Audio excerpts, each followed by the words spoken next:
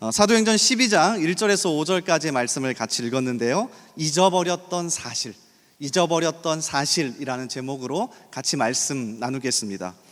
2020년 8월입니다. 코로나가 한창일 때 한홍이라고 하는 목사님이 책을 한 권 쓰십니다. 제목을 무엇이라 지을까 고민하다가 이렇게 지으셨습니다. 폭풍 속의 은혜. 그래서 이 책 표지를 보면 실제 폭풍 속에 배가 떠다니는 이미지를 그려 놓았습니다. 그러면서 제일 앞에, 그러니까 프롤로그의 제목도 이렇게 달아 놓았습니다. 폭풍 속에서도 주님의 손이 우리를 붙잡고 있습니다.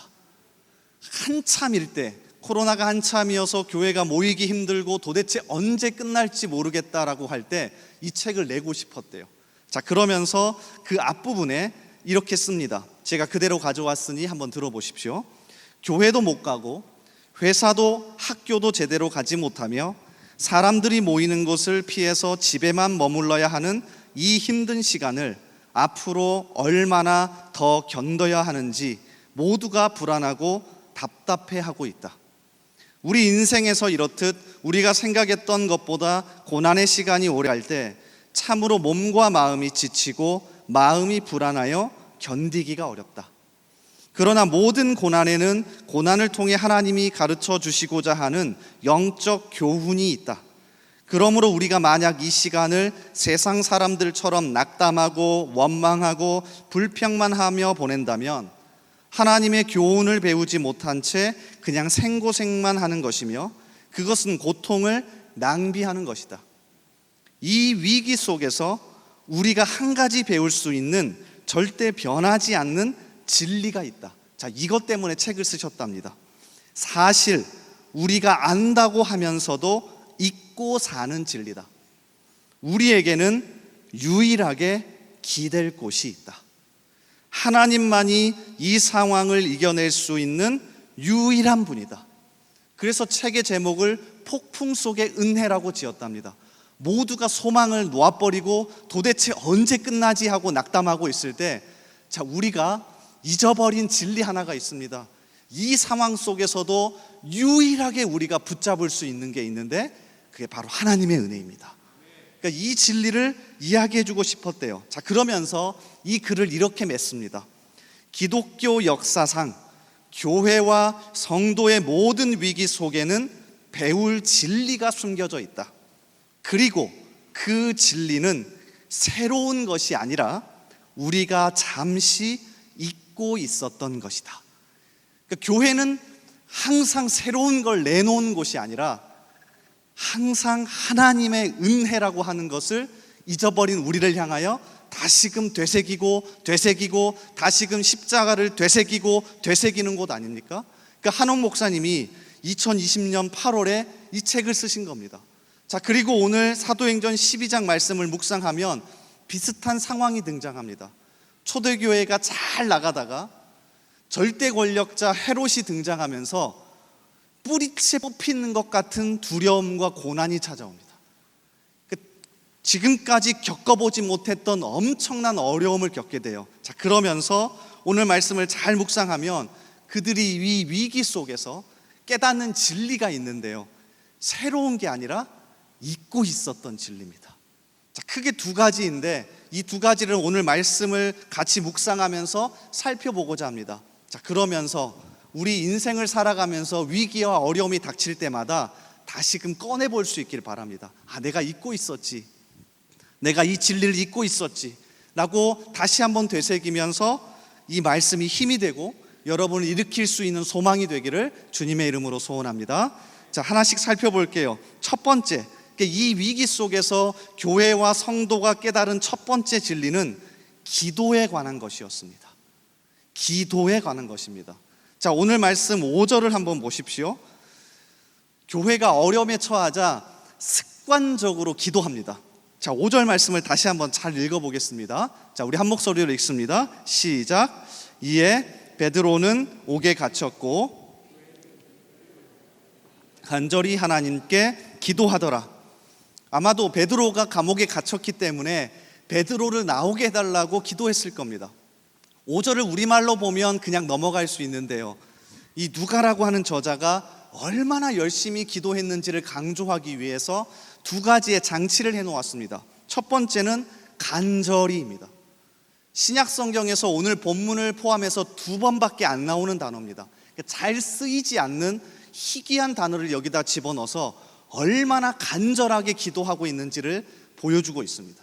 두 번째는 뒤에 있는 기도하더라인데요, 원래 기도하다라는 동사가 있습니다. 그래서 성경도 보통은 기도한다라고 했을 때 기도하다라는 동사를 사용합니다. 그런데 누가는 여기에서 교회가 얼마나 열정적이고 간절하게 기도하는지를 강조하기 위해서 기도라는 명사에 무엇 하다라는 동사를 억지로 합쳐서 기도하더라라고 해놓았습니다.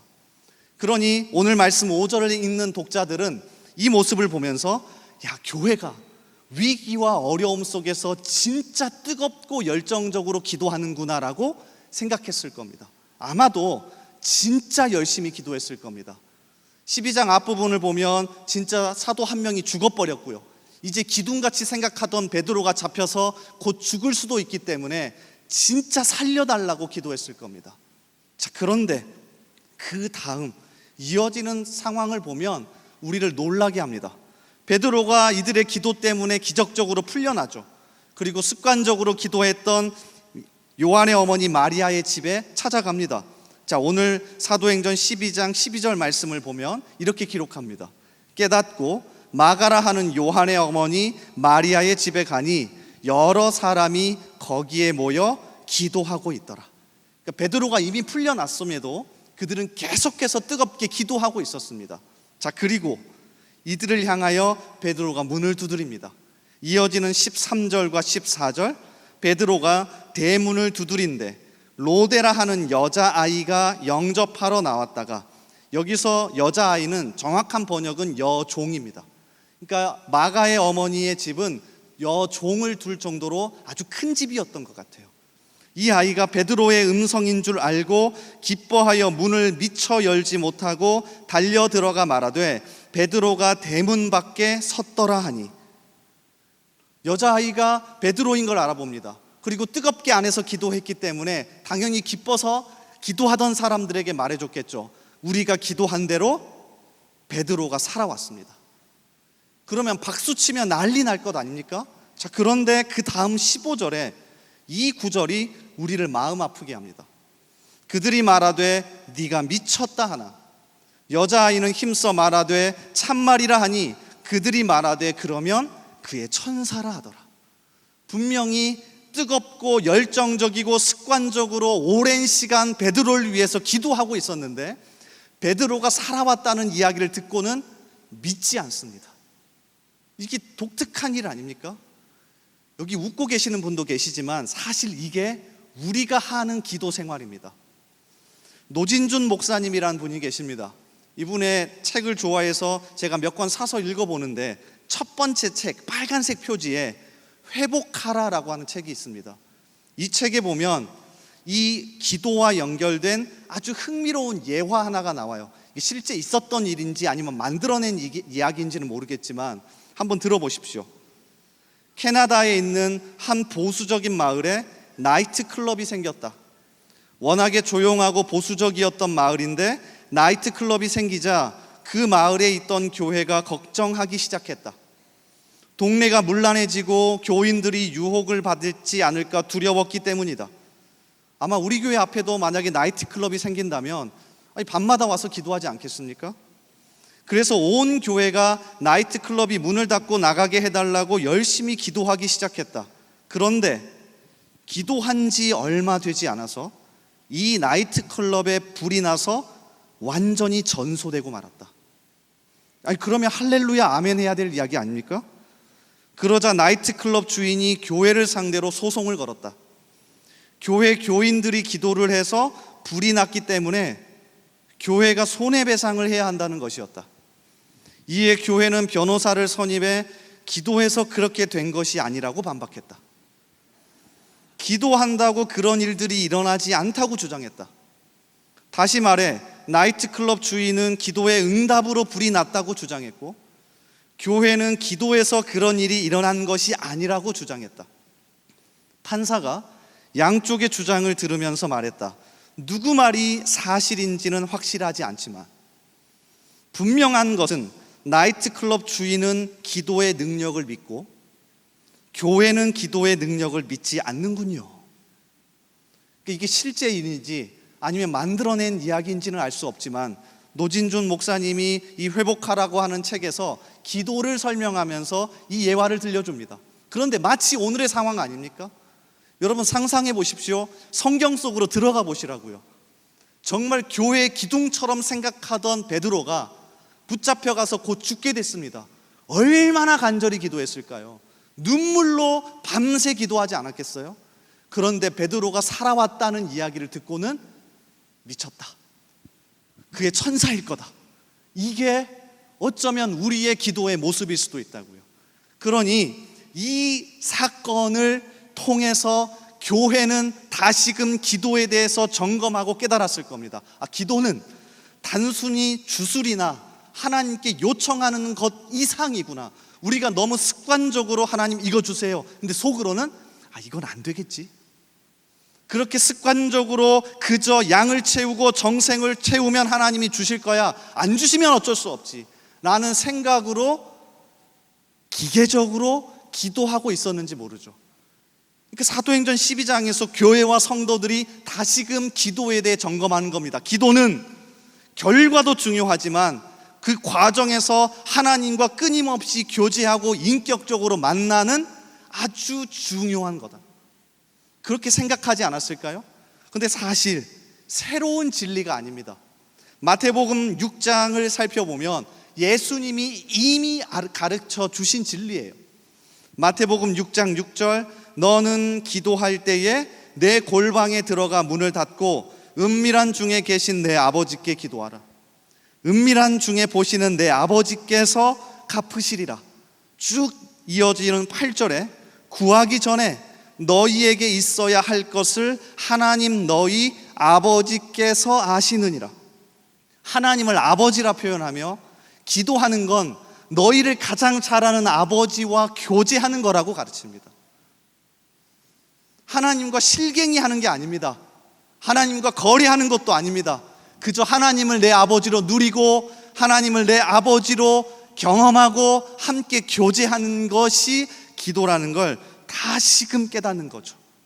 그래서 사도행전 12장의 사건은 열심히 기도했던 초대교회의 모습을 다시금 바꿔놓는 중요한 장면입니다. 웨스트민스터 대요리 문답 180번을 보면요, 기도에 대해서 이렇게 설명합니다. 제가 이 기도에 대해서 보면서 그 180번부터 쭉 이어지거든요. 그런데 가장 중요하게 생각하는 걸 예수님의 이름으로 기도해야 한다고 가르쳐요. 독특하네, 뭐지? 라고 봤더니 이렇게 설명합니다. 이것은 단순히 그의 이름을 언급하는 것으로 그치지 않고 기도할 때 실제로 그리스도와 그의 중보를 통해 기도할 용기를 얻고 담대함과 능력과 기도의 응답에 대한 소망을 얻는 것이다. 말이 좀 어렵죠. 그래서 요하네스 보스라고 하는 신학자가 이거 180번이 기도에서 가장 중요합니다 라고 하면서 자신의 해설서에서 이렇게 해석을 해놓았습니다. 한번 들어보세요. 우리가 기도할 때마다 그리스도의 이름으로 기도하는 이유는 간단하다. 예수 그리스도께서 하나님과 우리가 교제할 수 있도록 길을 열어주셨기 때문이다. 제가 다시 한번 읽어드릴게요. 잘 보세요. 기도가 뭐랍니까? 왜 예수님의 이름으로 기도해야 한다는 걸 꼭 넣어야 된대요. 우리가 기도할 때마다 그리스도의 이름으로 기도하는 이유는 간단하다. 예수 그리스도께서 하나님과 우리가 교제할 수 있도록 길을 열어주셨기 때문이다. 이 사실을 오늘 말씀 속에서 그 잠시 잊고 있었던 그들이 다시금 깨달은 겁니다. 그러니 오늘 이 밤에 기도하면서 우리에게도 다시 한번 기도의 문이 열리길 소원합니다.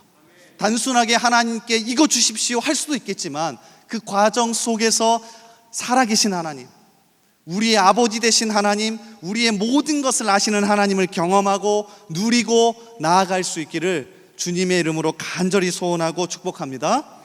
그런가 하면 교회가 깨달은 두 번째, 이 위기 속에서 깨달은 두 번째 진리는요, 소망과 기대감입니다. 어렵지 않습니다. 소망과 기대감입니다. 더 정확하게 말하면 아무리 절망적인 상황이더라도 하나님이 언제든지 구할 수 있다는 소망과 기대감입니다. 팀 켈러라고 하는 목사님이 있습니다. 췌장암으로 세상을 떠나셨는데 이분이 췌장암 투병 중에 걱정하는 주변 사람들에게 종종, 아니 자주 이렇게 말을 했대요. 잘 들어보세요. 하나님을 믿는다는 것과 소망은 뗄 수 없는 단어입니다. 다시 읽어드릴게요. 하나님을 믿는다는 것과 소망은 뗄 수 없는 단어입니다. 과거 우리의 역사 속에서 능력을 베푸신 그 하나님이 지금도 우리의 삶에서 계속 일하실 것이기 때문입니다. 그래서 우리는 소망과 기대를 품을 수 있습니다. 그 췌장암 투병 중에 소망과 기대란 이야기를 자주 했대요. 그 주변 사람들이 어울리지 않는 단어다. 아니, 믿음은 반드시 소망과 기대감이란 단어로 연결된다. 자, 그러면서 이 투병 중에 마지막으로 책을 쓰시는데 우리말로는 부활을 입다라고 번역되었습니다. 근데 원래 원 제목은 이거예요. Hope in times of fear. 두려움의 시대 속에서의 소망, 두려움의 시대 속에서의 희망. 이게 팀 켈러 목사가 수십 년 동안 설교하고 복음을 전했던 목사가 마지막으로 전하고 싶었던 메시지입니다. 하나님을 믿는다는 건 아무리 상황이 절망적이어도 소망하고 기대할 수 있게 한다. 이게 오늘 사도행전 12장에서 베드로를 비롯한 교회와 성도들이 깨달은 잊어버렸던 진리입니다. 우리 이거 많이 잊고 살지 않습니까? 세상에 찌들어서 하나님이 아무리 우리의 상황이 어려워도 구할 수 있다는 사실과 진리를 잊고 살지 않냐고요. 오늘 이 말씀 속에서 베드로가 어쩌면 깨닫고 교회와 성도들에게 진짜 전하고 싶었던 말씀입니다. 자, 오늘 12장 17절을 보시면, 여러분 성경책 펴고 계시면 보시고요. 아마 앞에도 있을 겁니다. 자, 베드로가 이렇게 말을 하면서 끝을 내요. 잘 보세요. 베드로가 그들에게 손짓하여 조용하게 하고 주께서 자기를 이끌어 옥에서 나오게 하던 일을 말하고 또 야고보와 형제들에게 이 말을 전하라 하고 떠나 다른 곳으로 가니라. 베드로가 간곡하게 부탁합니다. 내가 감옥에서 풀려났던 이 일을 다른 사람들에게도 전해주어라. 특별히 야고보와 형제들에게, 그러니까 교회의 핵심 지도자들이고요, 예루살렘 교회의 성도들에게 꼭 전해달라고 이야기합니다. 자, 베드로가 왜 이런 이야기를 했을까요? 감옥에서 기적적으로 나오는 간증을 전해달라고 했을까요? 이거 봐라, 내가 엄청난 기적으로 풀려났다. 실제 상황을 읽어보면 무척 기적적이긴 합니다. 7절을 보니 쇠사슬이 묶여져 있었는데 자연스럽게 풀어집니다. 쇠사슬이 그 손에서 벗어지더라. 아마 앞부분을 읽어보신 분은 알겠지만 군사들이 4명씩 4패거리로 겹겹이 문대 문으로 지키고 있었습니다. 이걸 다 통과해서 베드로가 나와야 하는데요, 하나님이 군인들은 하나도 눈치채지 못하게 하고요, 모든 문을 다 열어버립니다. 10절을 보십시오. 이에 첫째와 둘째 파수를 지나 시내로 통한 쇠문에 이르니 문이 저절로 열리는지라. 나와서 한 거리를 지나매 천사가 곧 떠나더라. 그러니까 베드로가 이 얘기를 전해달라고 한 걸까요? 앉아봐. 내가 감옥에 갇혔었는데 야, 이 쇠사슬 이것도 하나님이 풀어주셨어. 문이 몇 개가 있었는지 몰라. 내가 이거 다 뚫고 갔다니까. 단순한 이런 간증을 야고보와 형제들에게 꼭 전해주길 바래 라고 이야기한 걸까요? 아닐 겁니다. 베드로는 이 과정에서 깨달은 더 심도 있고 깊이 있는 진리를 말해주고 싶었던 겁니다. 자, 무엇일까요? 자, 일단 오늘 말씀을 1절부터 잘 읽어보면 누가가 이 베드로의 사건에서 강조하고 있는 절기가 하나 있습니다. 아마 관찰력이 뛰어나신 분은 눈치채셨을 텐데요, 3절과 4절을 한번 다시 보십시오. 우리 한번 같이 읽어보겠습니다. 3절 그리고 4절 같이 읽습니다. 자, 시작. 베드로도 잡으려 할세 때는 무교절 기간이라 잡음에 옥에 가두어 군인 내식인 네 패에게 맡겨 지키고 6월절 후에 백성 앞에 끌어내고자 하더라. 누가가 사도행전을 기록하면서 많이 사용하는 기법입니다. 중요한 절기들을 중요한 사건에 집어넣어서 의미를 설명해요. 예를 들면 사도행전 2장이 그렇습니다. 오순절이라는 절기를 통해서 의미를 설명합니다. 오늘 12장에서도 이 유월절을 반복하면서 설명하죠. 자, 이어지는 7절과 8절에 보면 베드로가 풀려나는 장면 한번 보십시오. 호련히 주의 사자가 나타나매 옥중에 광채가 빛나며 또 베드로의 옆구리를 쳐 깨워 이르되 급히 일어나라 하니 쇠사슬이 그 손에서 벗어지더라.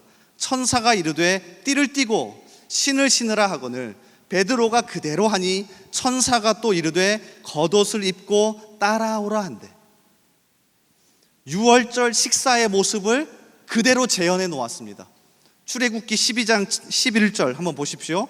너희는 그것을 이렇게 먹을지니 허리에 띠를 띠고 발에 신을 신고 손에 지팡이를 잡고 급히 먹으라. 이것이 여호와의 유월절이니라. 그러니까 베드로가 풀려나는 과정에서 깨달은 진리는 유월절과 관련된 내용이었습니다. 하나님이 나에게 또 다른 유월절을 경험하게 하시는구나. 이 단순하게 기적적으로 풀려나는 이게 아니라 왜 이 유월절을 재현했을까? 그냥 나오게 할 수도 있는 것 아닙니까? 왜 띠를 띠고 신을 신고 유월절 식사와 똑같이 베드로가 나오게 하셨을까요? 기억하라는 겁니다. 유월절을. 출애굽기 12장을 계속 읽어보면 이 유월절을 지키도록 하신 이유를 설명하는데 베드로가 아마 이 마음이었을 것 같아요. 한번 들어보십시오.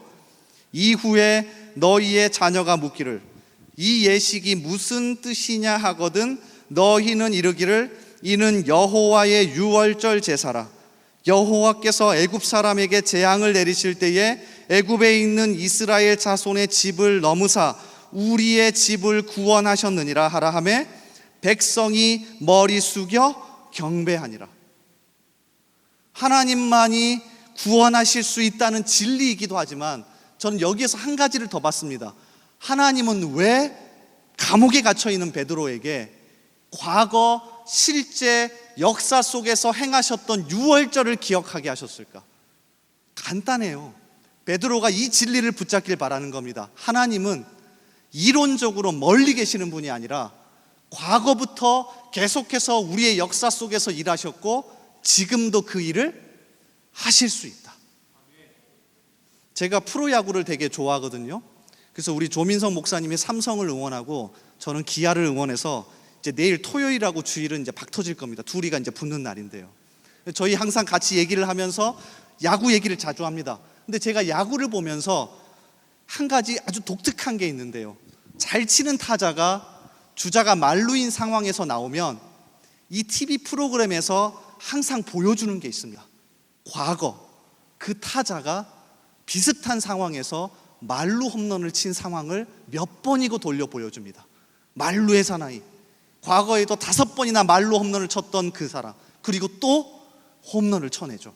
왜 보여주는지 아십니까? 이 사람이 과거에도 그런 능력을 보였고 지금도 살아서 그 능력을 발휘할 수 있다. 하나님이 베드로에게 이렇게 설명할 수도 있습니다. 베드로야, 나는 구원자 하나님이야. 베드로야, 나는 능력의 하나님이야. 베드로야, 나는 모든 것을 할 수 있는 하나님이야 라고 이론을 가르칠 수도 있고 사상을 가르칠 수도 있습니다. 그런데 하나님은 베드로가 유월절을 경험하게 하십니다. 기억나니? 과거에 너희의 조상들에게 엄청난 구원의 역사를 베풀었던 그 하나님이 나야. 그리고 지금도 그 일을 할 수 있어. 이게 우리의 소망 아닙니까? 하나님은 멀리 계시는 게 아니라 역사 속에서 계속해서 일하셨고 오늘도 지금도 이 밤에도 우리 가운데 일하실 수 있죠. 그분을 붙잡으니 소망과 기대가 생기는 겁니다. 그래서 베드로가 야고보와 형제들에게 이 말을 전해주고 싶은 겁니다. 그 하나님이 일하신다. 소망하자, 기대하자, 그리고 다시 한번 일어서자. 오늘 이 밤에 같이 찬양하고 기도하시면서 이 은혜가 있기를 주님의 이름으로 간절히 소원합니다. 이야기를 하나하나를 들려드리며 설교를 마칠까 하는데요. 1차 세계대전에 실제 있었던 일입니다. 1차 세계대전이 발발하면서 독특한 특징 하나가 생기는데요. 그 전까지는 한 번에 사람을 많이 죽이는, 그러니까 대량 살상 무기가 없었답니다. 그런데 1차 세계대전이 발발하면서 기술이 발달하며 한 번에 많은 사람을 죽이는 대량 살상 무기가 나오기 시작합니다.